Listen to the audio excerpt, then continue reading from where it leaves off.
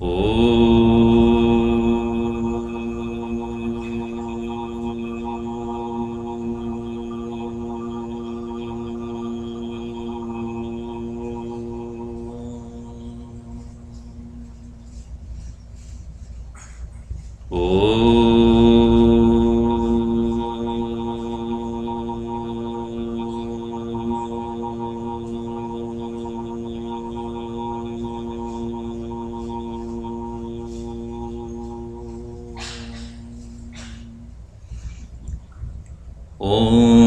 Sahana Bhavatu Sahano Bhunaktu Sahaviryam Karavavahai Tejasvinavadhitamastu ma vidvishavahai.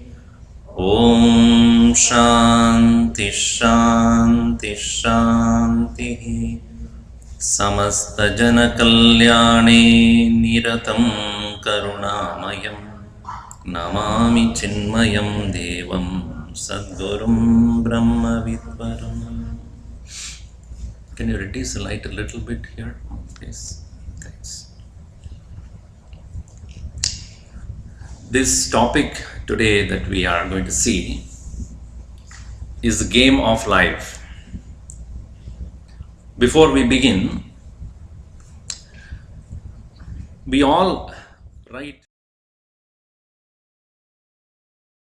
when we apply for any job, and in the resume what you write is what you have done, right? I went to this school, I studied this, and this is my profession, this is what I have experienced so far. These are my skills, these are my responsibilities, these are what I can do. One person went to a new job for interview. So then that person asked the interviewer, "Are you a very responsible person?" He said, "Yes. The last job, anything went wrong, people said I am responsible." Therefore, I am a very responsible person. You have any conviction? Yeah, very much. Many times I was convicted. So, in a job, you are asked to take responsibilities, to fulfill certain duties, and they check whether you are qualified or not, whether you are having those skills required for the job. Fine. But when it comes to personal life, what kind of a resume you write? Or you are get married, what kind of a resume you give to your wife? She will ask, of course, nowadays they ask how much you are earning, what have you studied, where have you studied, all those things. But more than anything else, when we look at life as a whole, we should write a resume where what I am planning to do. In a spiritual parlance, it is not what you have done, but what you are planning to do. That matters a lot. Because world judges you with respect to what you have done. God is looking at you, what you are capable of doing. So in our personal life, when we want to advance in spiritual field or spiritual path, our resume should be what I plan to do. 10 years from today, what you are looking at, how you are going to look at yourself. 10 years from today, what is that which you would like you to be? The same miserable, angry one? The same intolerant, violent one? The same incompassionate? The same impatient one? Or more patient, more peaceful, more understanding, more tolerant? So, 10 years from today, what I would like to be? Only when we have that kind of a vision for life, then we can also write what I should be doing 5 years from now for that, 2 years from now for that, a year from today, next month, tomorrow. Then it will boil down to what am I going to do right now?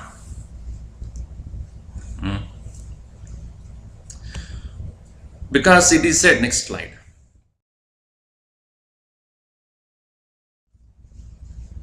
There are different wheels of life, as you see here.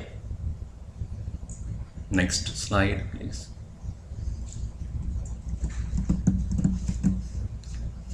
The wheels of life, where we began with somebody pushing us, finally somebody is going to push us. Click on. Don't take life too seriously, nobody gets out alive. So when we are planning for life as such, it not be too serious. Don't be upset about yourself if things do not work the way you want. Take a back seat and look at it. God is driving the car. One boy got recently his license. So he was so happy. First time he's taking the whole family for a ride.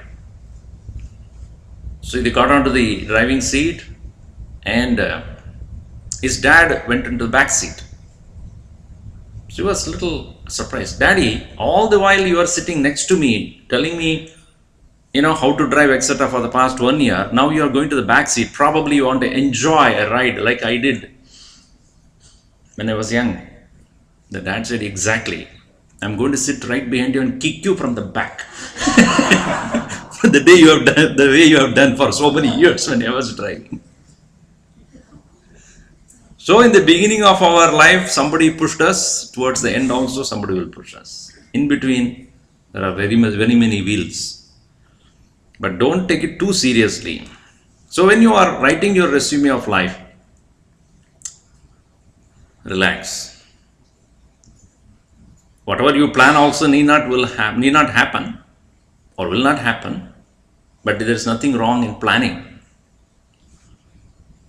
That will give you a scope.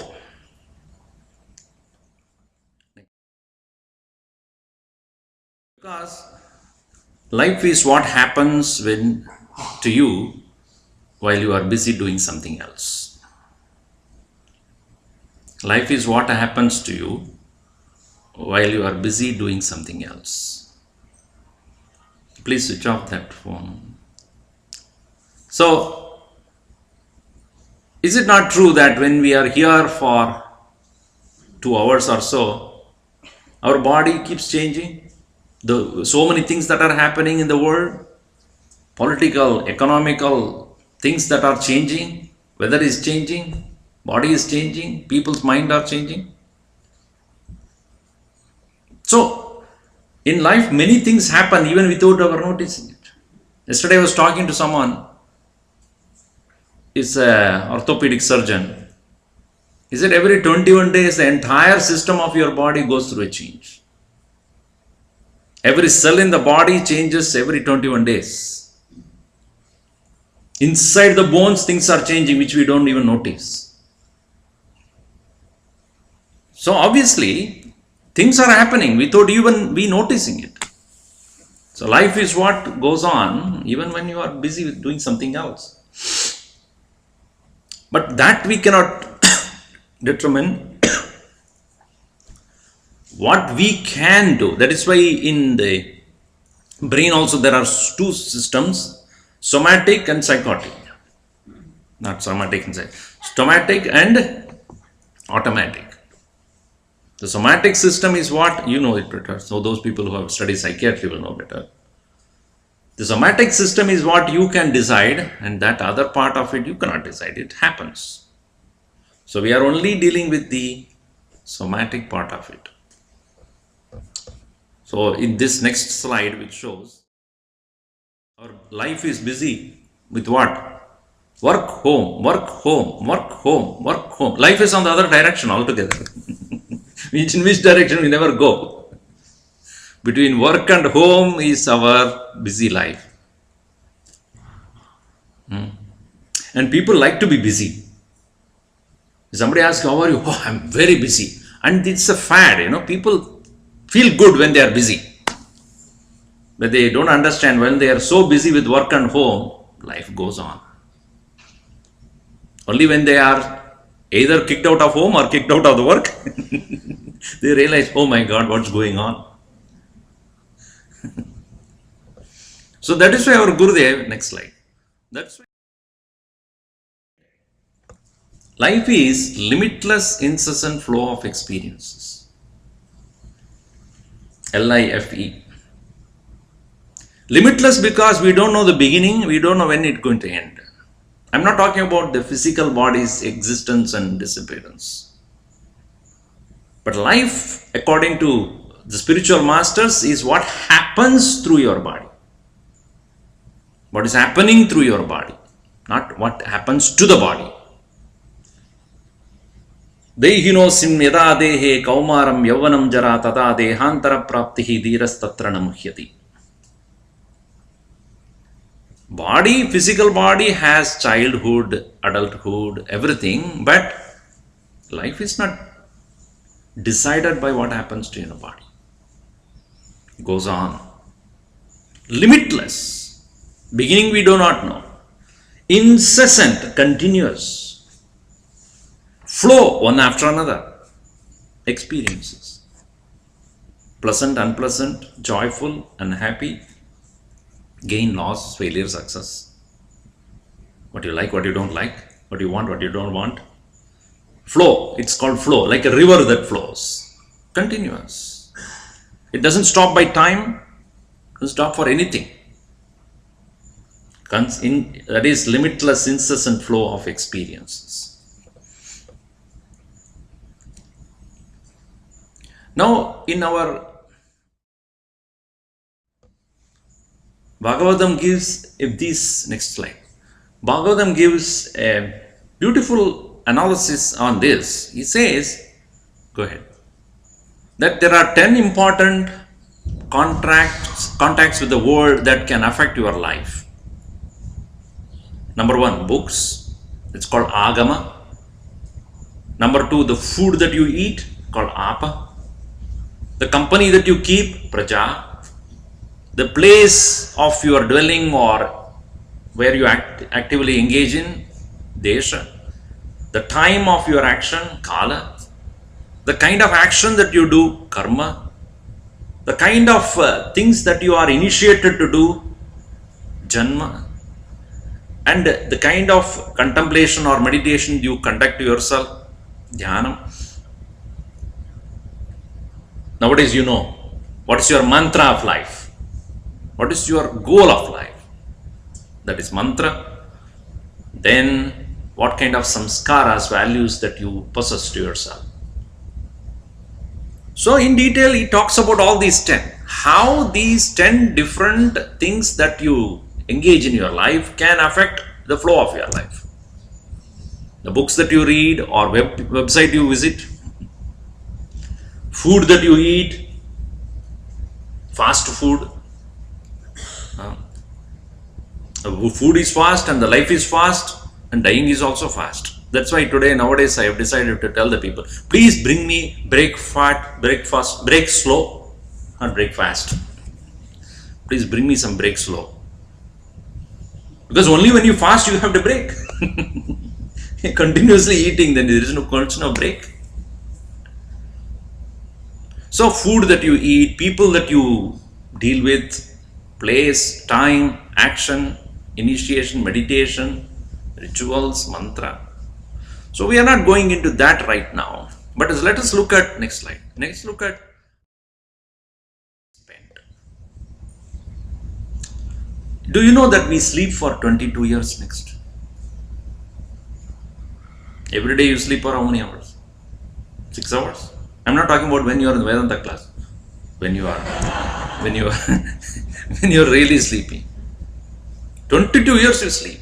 If you are living for 65 years, 70 years, 1/3 of your life is spent only on sleeping. 6 hours or 7 hours you sleep.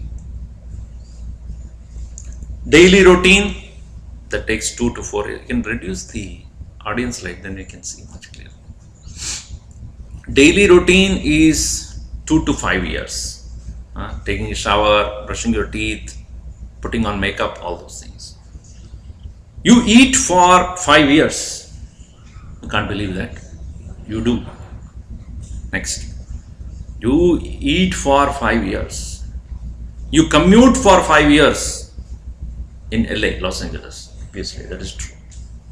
You work for 16 years, meaning work includes all kind of chestas, actions. And miscellaneous things, going to places, moving, watching movies, browsing the net, 2 to 5 years. Thinking, which you do sometimes, 11 years. So this is how we spend our 65 years. Next. 65 years of your life. At the end of it, you look like that.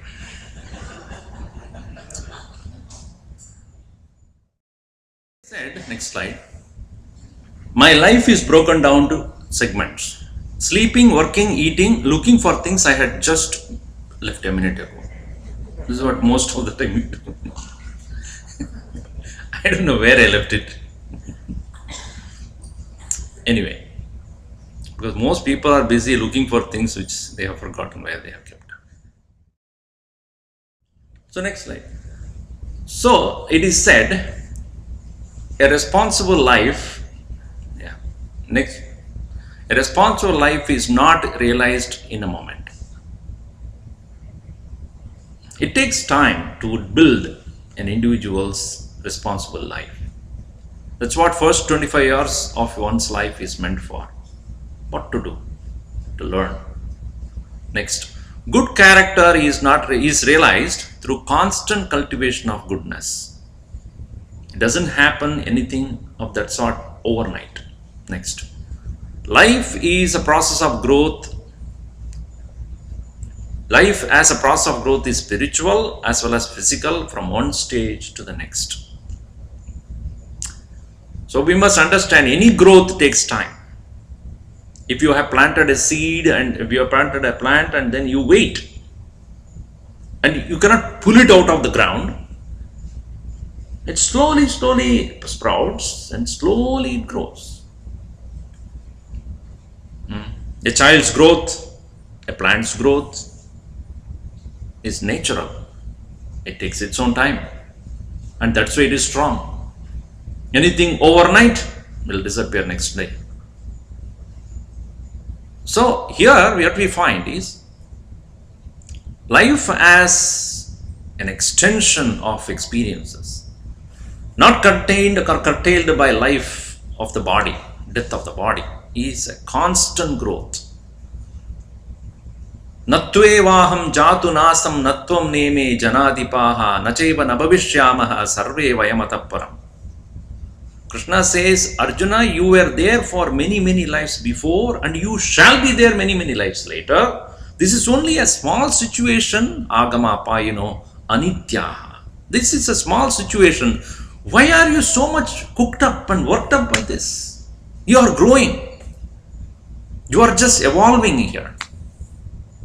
And this situation is where you are given an opportunity to grow.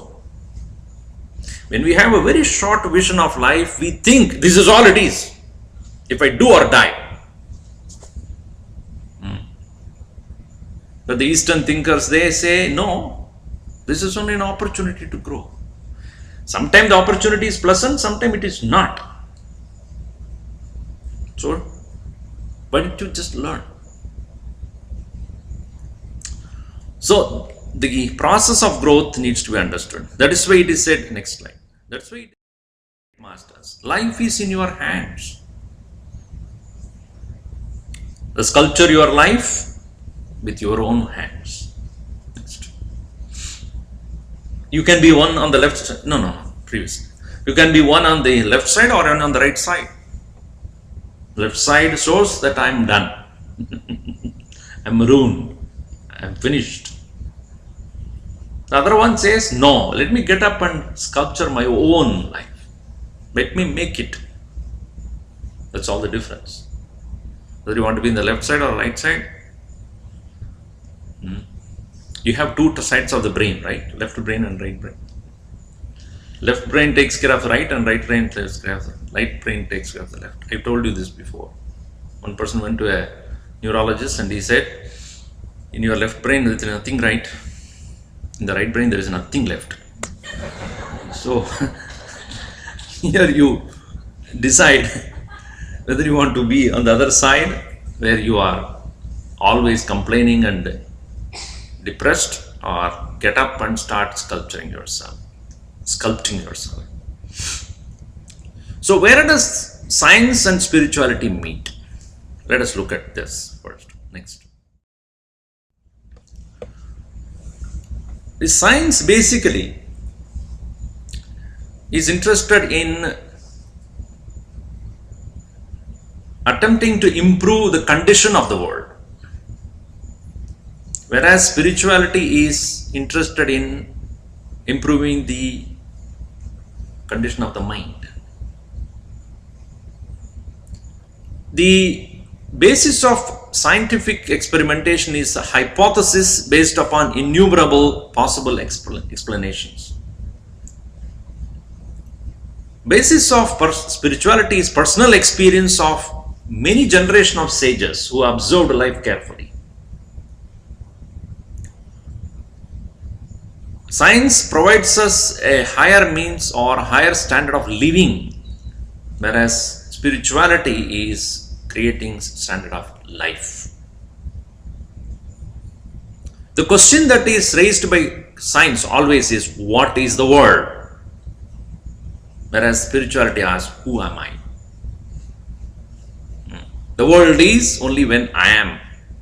The world is not. When I am myself, I am not aware of myself. The field of investigation for the science is the world of matter. The field of investigation for spirituality is the world of thoughts. The purpose of science is to conquer nature so that we can live comfortably. Whereas the purpose of spirituality is conquering the mind through which we understand who we are. Science is a growing tradition. Present research is based upon the facts and figures of previous experimentations.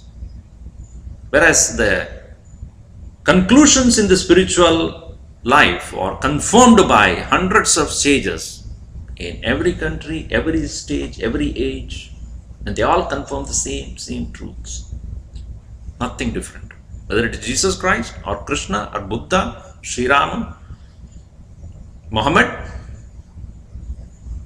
whoever had concluded, they did not contradict as far as the truth is concerned. They might have a difference of opinion about the approach, but not the goal. So it is not something that is changing in a period of time. The approach changes according to the condition of the people who are living there, who are listening to him or her, but not the truth by itself. Next, as I said, therefore, the process of growth is of three stages. The foundation stage, next, when the knowledge of truth is acquired. Growth stage, practice of knowledge, developing virtues, self-control, insight, and so on. Then the stage of maturity, realization of the universal oneness. This is how spiritual masters have given to us. These are the three different stages.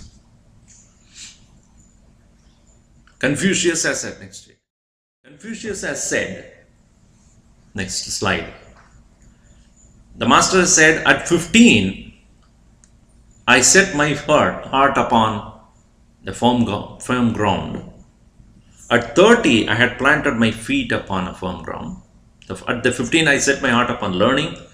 At 30, my feet is upon the firm ground. At 40, I no longer suffered from perplexities. At 50, I know that what were the biddings of the heaven. At 60, I heard them with a docile ear. At 70, I could please reduce this, you can reduce volume. At 70, I could follow the dictates of my own heart, for what I desired no longer overstepped the boundaries of right. Meaning, my desire did not disturb my goal. But we need not wait till 70 to experience that, because there are, next slide.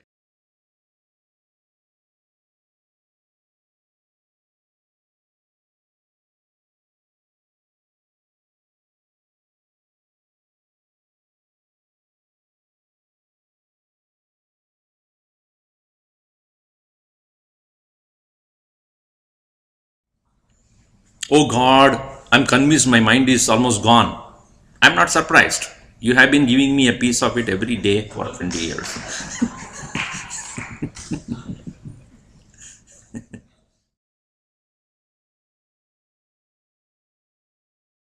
Come to the main point here. Life is a game. In any game, you need first and foremost thing that can make you enjoy any game, next, is the rules of the game. If you are just a spectator of a game, you don't need to know the rules. And if you do, then you really enjoy the game. You can go and watch basketball or whatever. I mean, once it so happened, I was there in a basketball game, not playing, but watching. I had no idea about what the rules are. And I saw them fighting at each other. Slowly I learned that they have to put it on the basket. I never knew this. So it is like Bernard Shaw had somebody said, when he's watching the game of cricket, he said, 11 fools are playing, 11,000 stupid people are watching. So, but a game is sensible only when you know the rules. Even if you are a spectator. Especially the game of golf, you just can't understand. Little hitting and then the whole crowd goes. Yesterday somebody said 7 hours of some American, what is that? US Open. US was completely open. The whole day people glued themselves to the 7 hours of that game. Next, if you are playing a game, then you should know the rules of the game. Without knowing the rules, there is no winning of that game. Now, question is, are you game? Next. Now, life is a game. Next. Life is a game. So, are you game? My question. Now, in this game, next, life, if an egg is broken by an outside force, next, life ends. If an egg is broken from within, next, life begins. Great things always begin from within. Next, NEXT. You understand what it means? Anyway, the point here is not the joke there, but when egg is broken from outside, it ends, but when it's open inside, then it begins. So our game is about how to open up from inside. Now you see, next slide. The growth is, as I said, this game, GAME. Why don't you switch off that phone, please, and keep it with you, not inside the deep pocket of this bag. By the time you pick it up, it's gone. Now, game, right? The first thing is, in the letter G is first stage of life called growth. Next is action, maturity and enlightenment. First stage, according to our Shastra, it is said, first 25 years of your life is where you are growing in knowing what to do with life. So that is the stage of being a student. Next. Student is education, values, and career. Can you please put next when I say press it? Education, next, values, and career. This is a stage of being a student. That is where you understand. Please, when I say next, put the next. Please hear me. The student's stage of 25 years is where an individual comes to have knowledge about himself, about the world. Last week also, you remember when I said the Shishya Anushasanam. What did he say? Vedamanuchacharyon devasinamanusasti satyam vada dharmam chara swadhyaya anma pramadah आचार्याय प्रियंदनमाहृत्य प्रजातंतुम माव्यवच्छेत्सि सत्यान्न प्रमदितव्यम. All that is all learning about how to deal with one's own life, oneself, and the people around, the situations. Education, values, and what one should pursue in his life. The second stage is called a stage of action. Next. Being a parent, which means taking care of the family, social and professional duties, which means putting that knowledge into action. Third stage is where you have the following 50th year of your life, that's golden years. First 25 student, second 25 parent, third 25 if you survive till then is a stage of maturity. Hermiteer here means that you live within the household but not for that. You have done your things. It is said in our Shastra that the moment you see the face of your grandchild, quit. It's called Vanaprastha. Vane Prasthanam Yasya. Where an individual lives in the forest. Oh Swamiji, there is no forest nowadays. For rest. That's what I mean. For rest means what? Now the idea is rest in yourself. Not rest means you go and relax yourself. For rest means where the soul is finding its own rest within itself. So that's the time you engage in worship, contemplation, and available time in serving other people. The fourth stage is being a sage, enlightenment. That is where an individual seeks solitude, meditation, sannyas. So beyond 75. Shankaracharya said you don't need to wait within 75. You can jump right from student to straight into that stage if you are fit. So let us see, in each stage there are certain rules. Let us begin with what is the first stage entail. Next.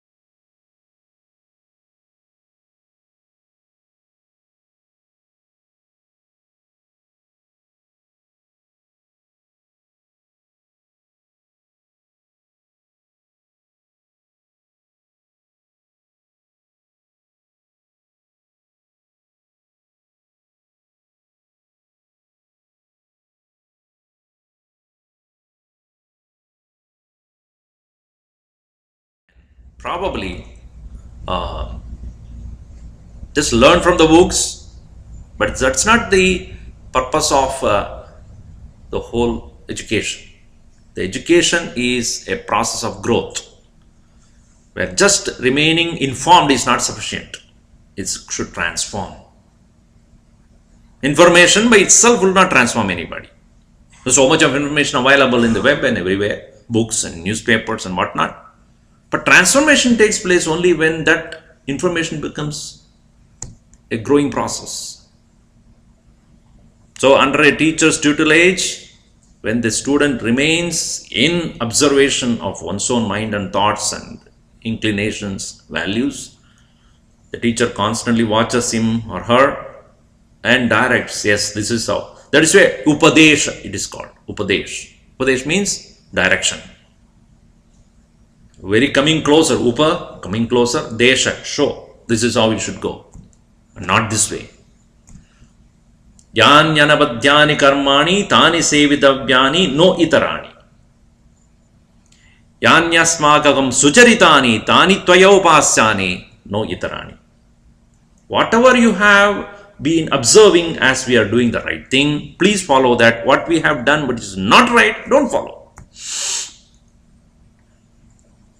So Upadesha is where an individual, the teacher takes a personal interest in the student and guides him or her in the right direction, and that is a stage of an individual's growth. Very important part of life. That's why even as you send your children to class schools, for education, primary objective is education. Unfortunately, nowadays, only games and sports are given so much precedence. Knowledge is given a backseat. Because you can play anytime you want. But learning happens only when the mind is pliable. Once you have formed your own prejudices, likes and dislikes and strong opinions and judgments, no learning will take place. That's why when you become old, it's very difficult to learn. Why? Because mind is not pliable. Mind has its own prejudices, strong conclusions, and judging others. Now, what can he tell me? How can he teach me? As if I don't know. There is a child which is not having those preconceived notions and judgments can be molded. So that is a stage of growth, which is the first stage. That's the rule of the game. There is self-mastery, brahmacharyam, self-control. The next stage of maturity, where, right? The first thing is action is the signature of your life at this stage. Whatever you have learned, you must translate into action. Next. So therefore, action is an expression of intention. The purity of intention is the foundation for proper action. Bhagavan Krishna, many places in Karma Yoga, makes it clear that if your action alone cannot make you a better person. Even if your person does the good action but bad intention, the world may praise him or her, for they can only observe action. But the intention is bad. The person doesn't have any more spiritual growth. Na karmanam anarambat naishkarmyam purushoshnade na cha sanyasanadeva siddhim samadhigacchati. Arjuna, you do or not do, but that doesn't by itself make you a better person. Sanyasastu mahabhayo dukkhamatmam ayogadaha. If you do not have the right intention, even leaving the work will be painful. If you have the right intention, when you are even working in the world, will be joyful. Next. So for everything there is an appropriate way of polishing. The heart is polishing is the remembrance of God according to Islam. Prayer, therefore, without thinking about God is just a useless affair. So just like polishing anything requires a particular process, polishing the mind also requires a particular process. So next, if any venture is to succeed, it must begin well. A good beginning means, first of all, internal preparation, purity of heart before you begin any action. So before undertaking any action, which involves many people, even which it was not many people, only few people, whether at home or in the work outside, first ask, what is my intention? Why am I doing this? And if you find it is a personal thing, it is selfish, it is egoistic, egocentric, it is for my own pride and ego and showing off who I am, then even if it is a very successful venture, growth is not there. You are going opposite direction.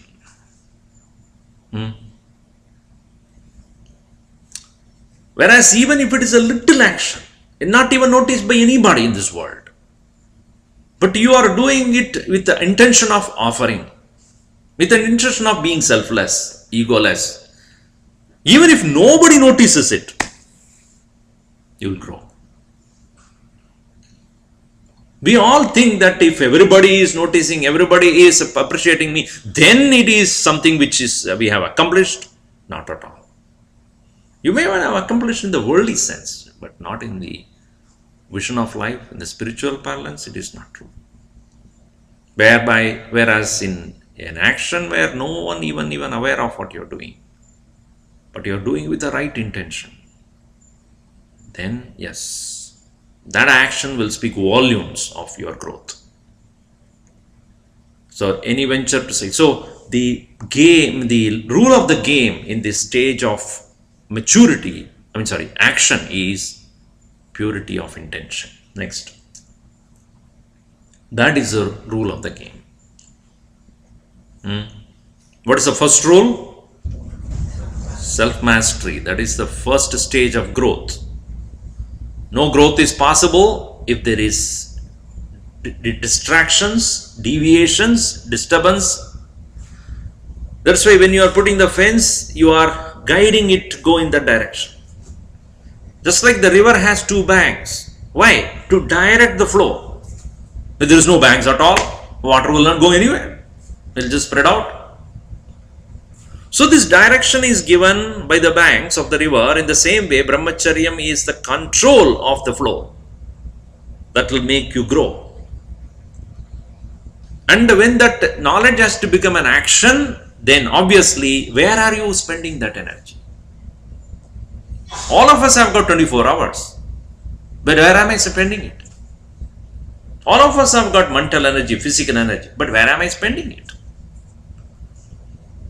So that where and what purpose we are spending that energy, where and what purpose we are translating the knowledge into action, where and what purpose we are living for, what we are living for, that intention has to be clear.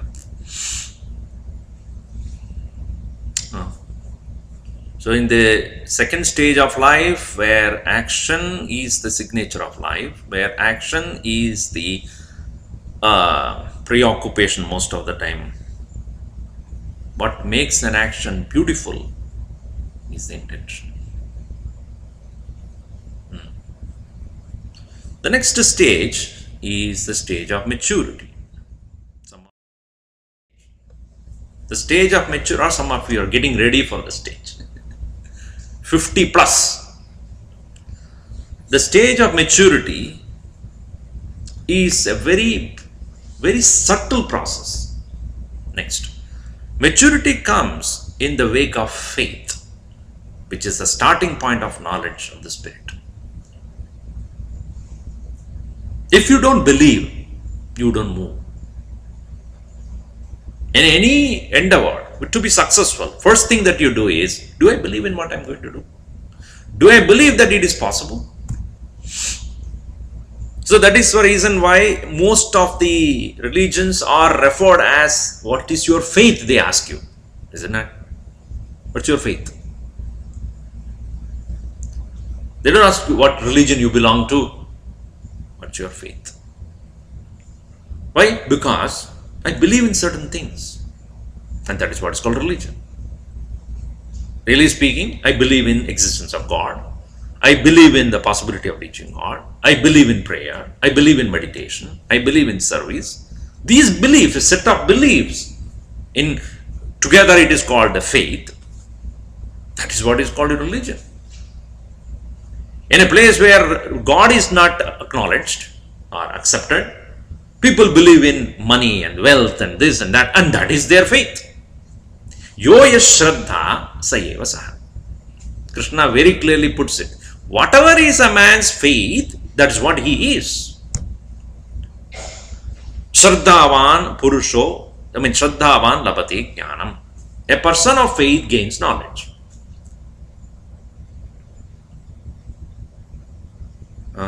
Samshayatma Vinashyati. One who does not believe in anything, he perishes. Nayam Lokasya Naparaha. Nasugam Samshayatmanaha. No joy is for a person who doesn't believe. Krishna makes it very clear. A person who doesn't believe in anything doesn't have any joy at all. Either in this world or anywhere else. So, in the stage of maturity, whatever you have done so far, all the actions that you have done, all your learning, etc., lead you to believe in something which is possible for me to move on to the next stage.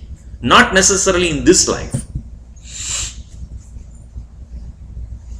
So the maturity is faith. And a mature person, even if he doesn't see the thing happening in front of him or her, will say it will happen. I believe in it. That is where there is patience and tolerance and calmness and peace comes in. This is not when you're a child, I want ice cream right now, I'll give you tomorrow. He doesn't believe that tomorrow exists. You won't give me tomorrow, I know that you don't do that, and I want it right now. But you are very calm. Tomorrow will come, I'll give you ice cream. Why? Because you believe that there is something called tomorrow. The child in his immaturity doesn't believe that. So just like in the worldly transactional world also, yes, tomorrow I will do it. The child wants it right now. So also people of immature nature want everything right now. Now. The man of patience will say, wait, it will happen. Similarly, in the spiritual life, it is that belief that what I have done so far will have an effect. I have faith that if I have done the right thing, the right circumstances will come to me. And it will open up the opportunities for me to work on. Next. Without faith, spiritual practices will have no lasting result. Because when it is said, directed by a guru or a teacher, or do meditation every day, how long? Our question is, how long? Say 20-30 minutes a day. How many days? When did you start? Yesterday. I went to a camp last week and started now only. Good. How long should I meditate? Rest of your life. That's what the teacher would say. We want result right away. So in spiritual practices, the result is not immediate. Kshipram hi manushe loke siddhir bhavati karmaja. Krishna says that only in the human world, people want results right away, and that's why they believe in action. Not contemplation, not meditation. Why? Because it doesn't give immediate result. Spiritual practices belong to a spirit, the soul, and not to the human body. So therefore you are addressing your own soul, and it has a long journey to go. When you get into the flight, it takes its own time to reach the destination or not. And don't you have faith in the fellow who is sitting in the cockpit? You open the door. I want to see. Would you show your certificate? You believe that if you have paid the money, that fellow who is driving or flying the aircraft will have the knowledge of that. Do you have a doubt? Then you will not even enter into that. Enter into the flight. Similarly, in our life, when we do the spiritual practices, yes, everything that you do is being noticed. To whom? by the Lord who is sitting within your heart. Not somebody who is hanging around watching you. I wonder, what is he doing? Within is the observer watching. So then you cannot cheat. You cannot say, Swamiji, I did 108 names for 2-3 hours or 2-3 times I did. You don't need to prove to me, to anybody, because the one who is watching is inside. He knows whether you did it or not, did at all or not. You may sit there and close your eyes and make everybody believe that you are meditating, but the fellow inside will know. Karmendriyani sanyamya aste sarvendriyani sanyamya aste manasasparan indriyartan vimudatma mithyachara. If your mind is going all over, physically you are appearing to be meditating. Whom are you cheating? Next. Constant longing for God's presence in one's life is worship and devotion. It is not a ritual. It is not what flowers you offer and what mantras you chant and how much prasad you put in front of the Lord. No. It's a longing. It's seeking Him. That is called His devotion. That is called His worship. Not the elaborate ritual that is done. That God is not pleased by that. If you don't have seeking me and you give anything. Udara sarva evete jnanito atmaiva me matam. Even though others are all devotees who come and praise me for many, many reasons, but I am particularly looking for the one who wants me. That is true devotion. Next. Fear of God is respecting God's will who has provided for our lives. Fear of God does not mean that you are afraid of hell, afraid of punishment for what you have done. No, fear of God is knowing the authority of the Lord, knowing that He has provided everything to me without me asking for it. Therefore, accepting, respecting, reverentially, with gratitude. Even without asking, you have provided me this much. I am grateful to you. You could have just put me in a place where I can't even understand. You could have made me blind, made me handicapped, made me poor, made me stupid. You didn't. It's your grace and compassion. So that reverence is what is called bhaya bhakti. It is not out of fear or insecurity. It is the reverential fear. That's when you go to the Lord's abode, that reverential fear should be there.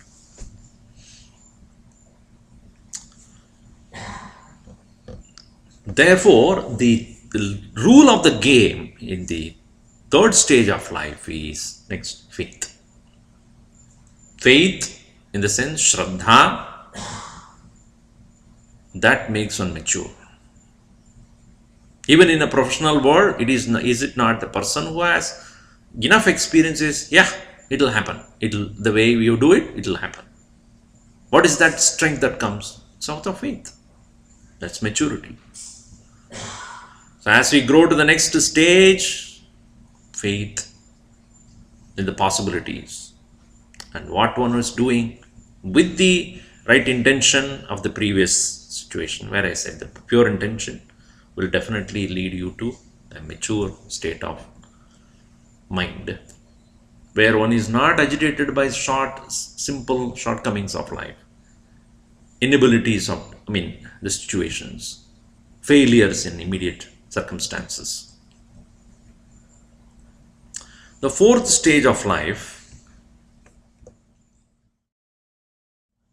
is the stage of enlightenment, which we should move forward,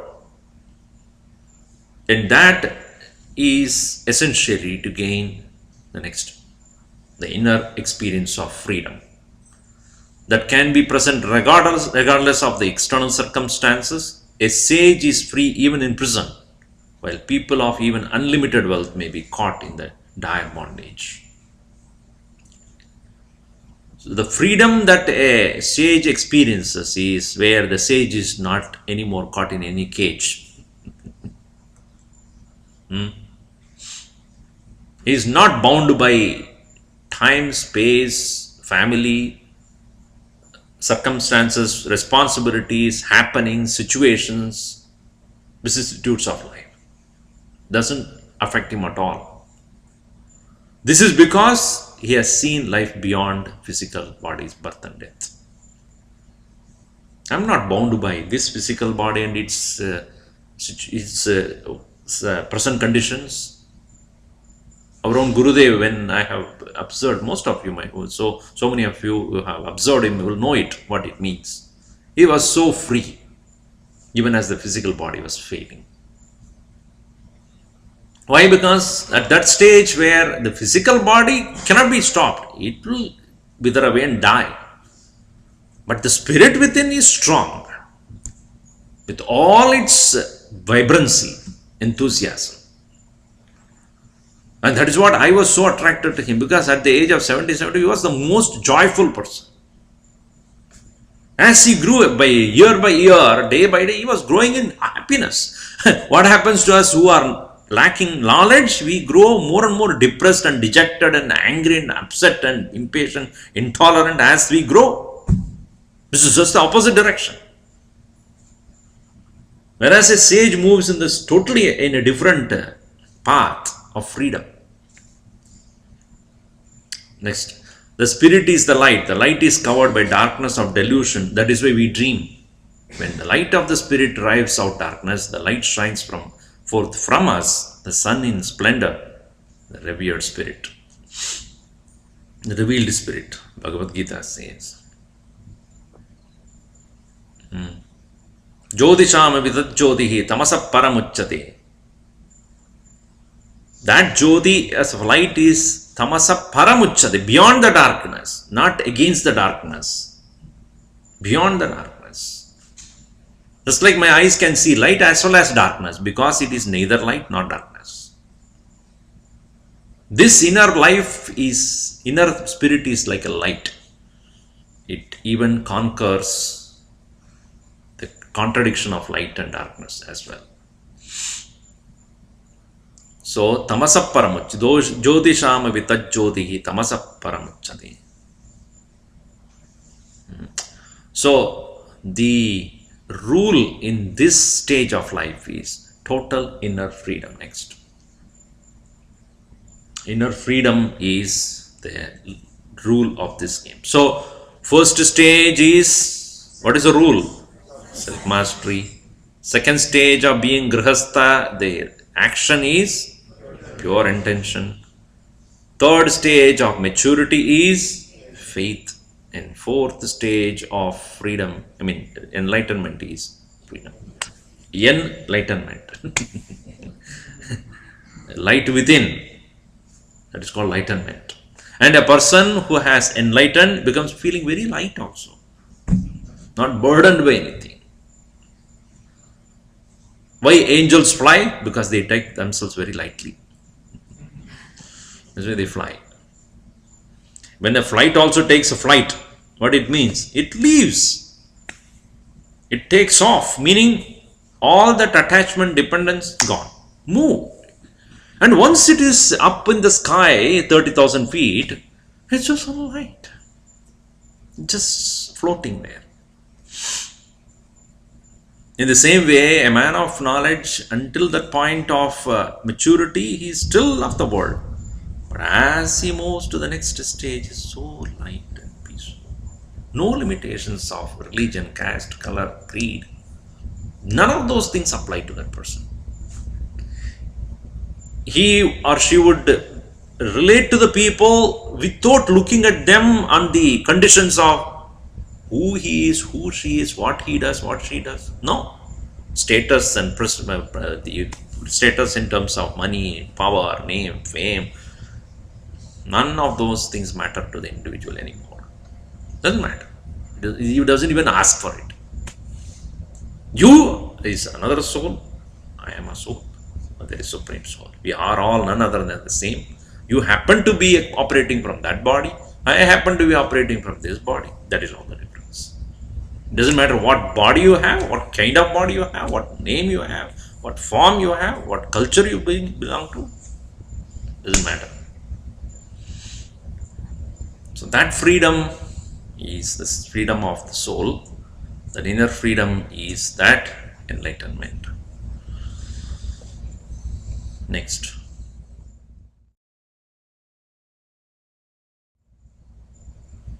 To the question of life, you are the answer, only answer. To the problem of your life, you are the only solution. Meaning, the game is in your hand. Which stage of life you are, doesn't matter. Not the physical stage, whether physically you are 25 or 50 or 75 or whatever. But that's why nowadays they say there is a big difference between physical age and psychological age. Physically somebody may be young, but psychologically may be very advanced. Or somebody may be physically young, physically old, but psychologically is very, very immature. We are not talking about the physical age as such, but the psychological, the spiritual age. Next, finally, I can sum up everything I have learned about life. You know what it is? Next. It goes on. No, you can't stop it. You cannot stop what goes on. A flow of experiences. But you can consciously make some changes depending upon your psychological age, whether you're in the age of growth or age of maturity, action or maturity or enlightenment. It's up to you. Thank you. Any question? Anybody has?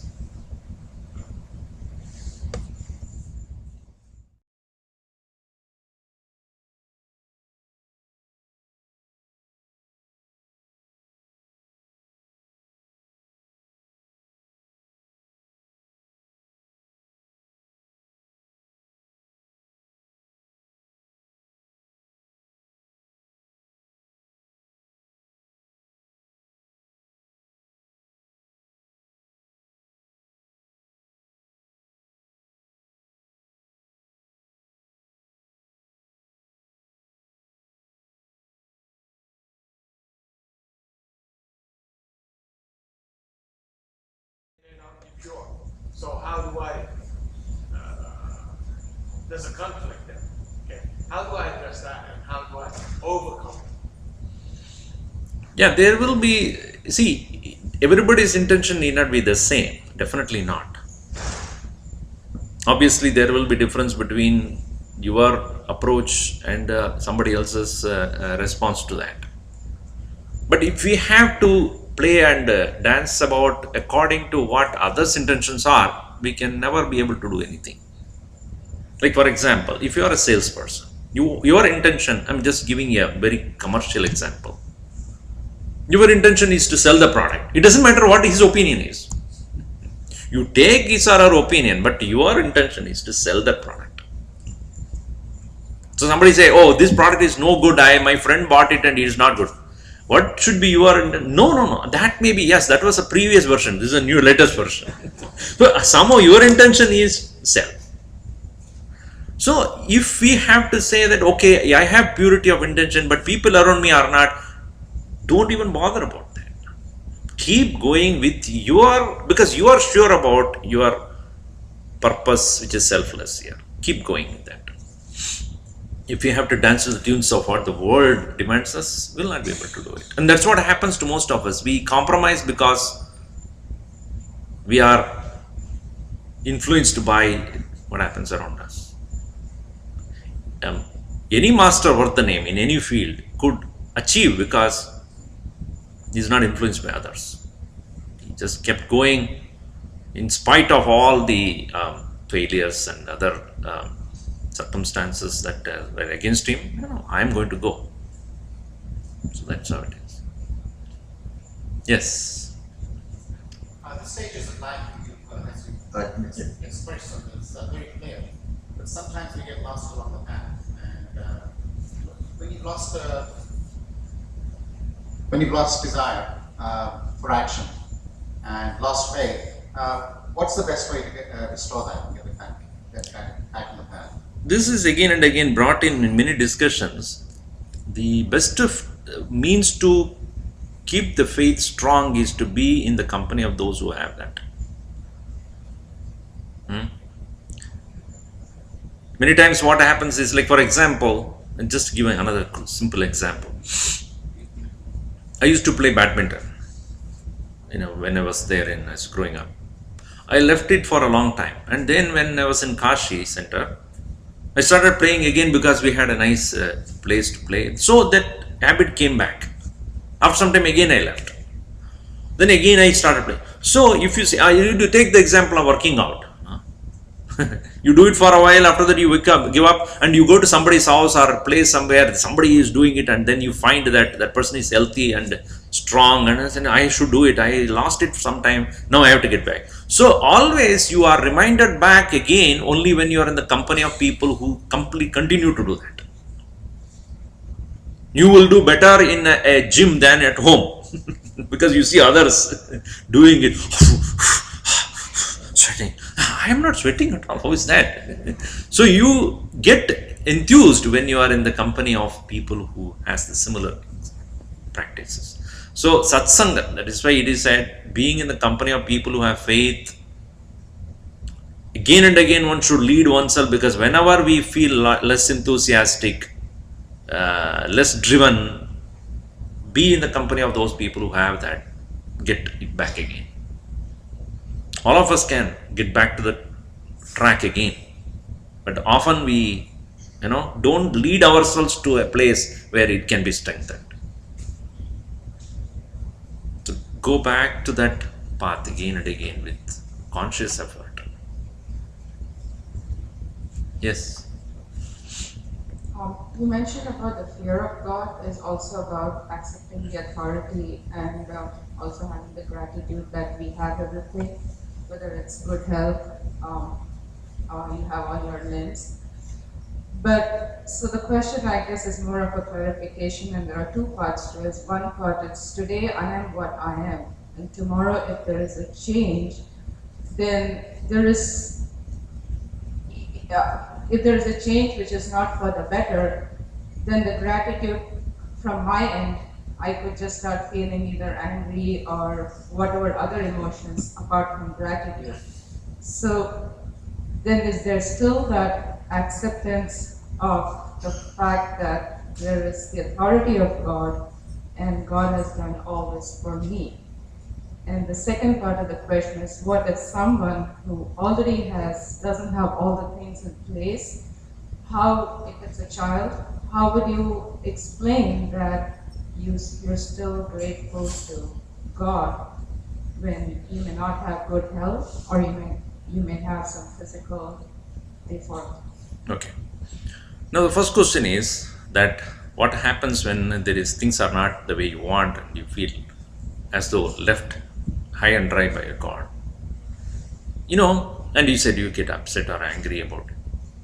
Now you see, physical body of ours will not remain always the same. Sometimes it is healthy. Our Gurudev used to say very beautifully, the miracle of life is not medicine, miracle of life is health. How are you healthy? That itself is a great miracle. The amount of food that we put inside and still we are still healthy. Still everything goes on in order. It is something like a miracle. So many systems are working within us which are, if they are not there, I'm telling you, we cannot even put the next step or next breath we will not be able to take. If only we study the body carefully, we will realize how much a miracle it is. Number one. When you are, let us say, physically little unhealthy, become sick or some kind of headache or backache or whatever do you get angry with your body? Don't you know that it is happened due to some reason, maybe I didn't take care of it properly, whatever. But it is a small situation, it will come back, it will revive itself. So physical body, when it is giving you pain or something, you may get upset, but you take care of it. In the same way, there are situations in life need not necessarily always the same way as it had been. Sometimes it will slow down, sometimes it will be maybe in this apparent opposite direction. Swamiji Gurudev used to give the example of when you are going from here, from let us say you are traveling from Delhi to Uttarakashi, which is up in the north in this Himalayas. Sometimes you may feel, even though you have to go up in the hill, sometimes the hill may take a turn down and then go up. But when you are taking turn down, it doesn't mean you are going away. It is only a small situation where you go down only to come up. Yesterday we had a 3 hours hike. Ask the people. When they were going down, they were so happy. In the valley, it is so nice. I said, please be aware the amount of slope you are going now is the amount of up you are going to go up later on. Last portion of our hiking was why? Because all the down we went, we have to now pick it up. You know, in the chart, when you put in the heart condition, it goes up and down, right? Huh? Yes or not? Up and down. What is it called? Huh? Not ECG. That one. Whatever graph that goes. Cardiac.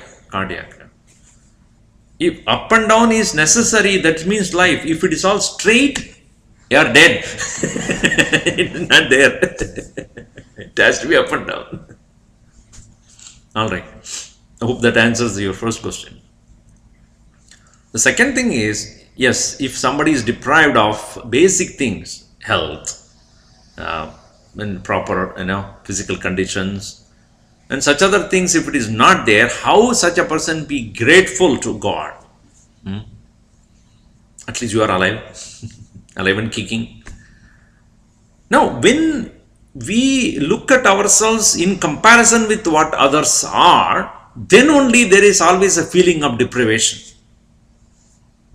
So somebody has, I don't have. Somebody is good, I am not good. Somebody is brainy, I am not. Our evaluation of ourselves is always, unfortunately, based upon the comparison with somebody else. Without comparing with anybody else, look at yourself, what you are capable of. Then only the inner potential will come out. If we always think, he can do it, why am I not able to do it? She can do it, why am I not? So what happens is you are always comparing with somebody for your growth. So even if a person is apparently deprived of all these things, no doubt, when he or she looks at it, obviously don't feels totally lost. But that does not mean you are incapable of doing anything. What you are capable of, to that extent, one should be grateful to God. Otherwise, there are list of things which you are not capable of, and that will keep you constantly depressed, rejected. So avoid, therefore, comparing yourself with haves, therefore getting depressed with have-nots. Always find out what I am capable of right now. Which am I putting into full potential? My full potential is there in my performance or not? What I am capable of, am I bringing it out or not? So that is how one should encourage a person instead of showing the dark side of the life.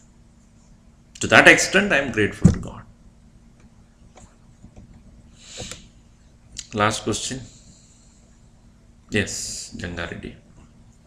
When it is said, Atmanastu Kamaya Sarvam, Priyam Bhavati Sakhe. Yeah. is it pure intention? There is one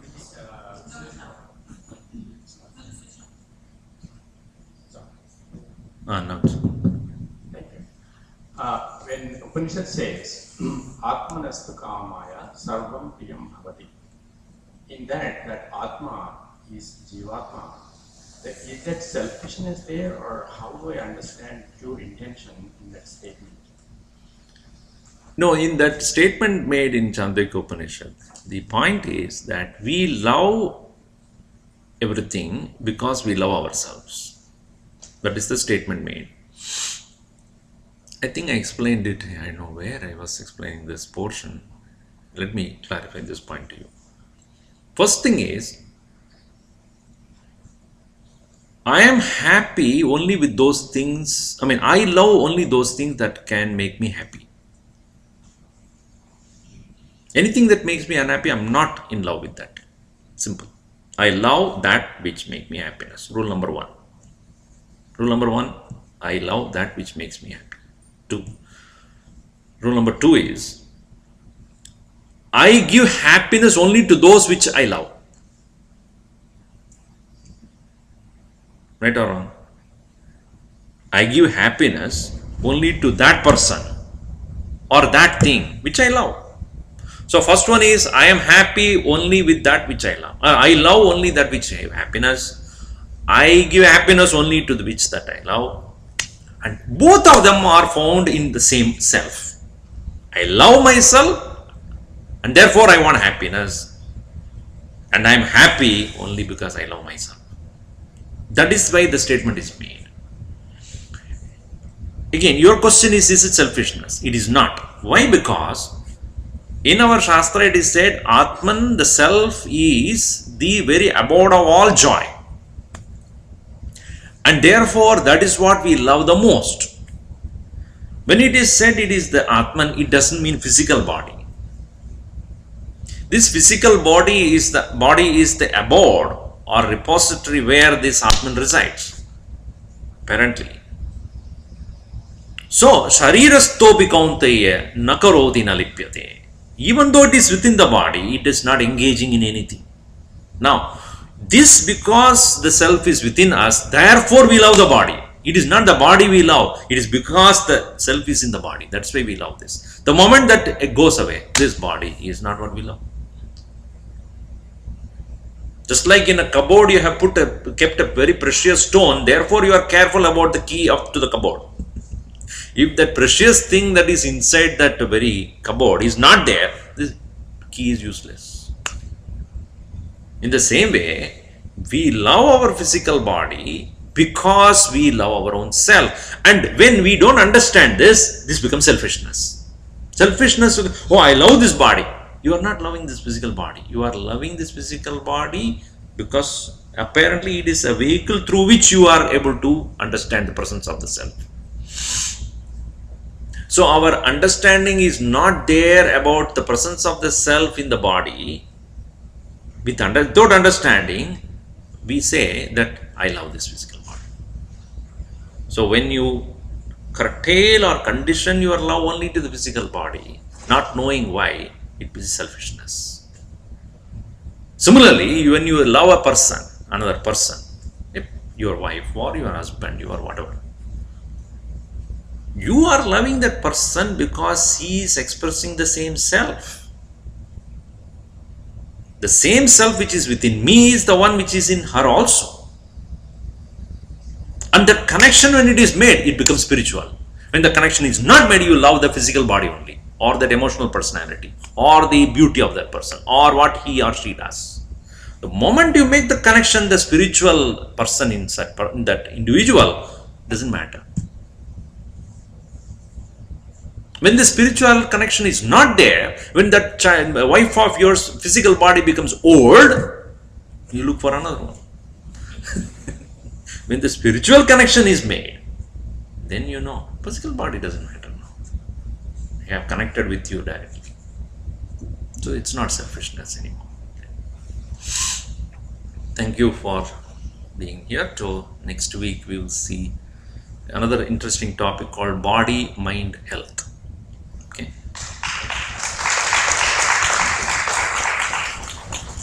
Announcement.